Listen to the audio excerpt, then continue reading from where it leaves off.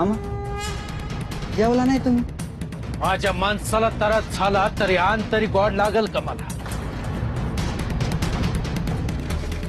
मामा अहो तुम्ही म्हणत असाल तर मी रसनी घेऊन माघारी फिरू आणि बघू पुढं काय असेल तर.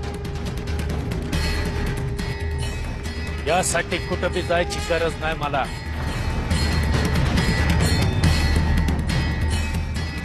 इथं बसून समजांची काम करतोय. समोर जे वाढून ठेवलंय ते बी काम होईलच की. त्या लक्ष्मीच्या लग्नातच विघ्न आहे ना हो मामा. अय रे, गरिबांचं दुःखच असं असतंय.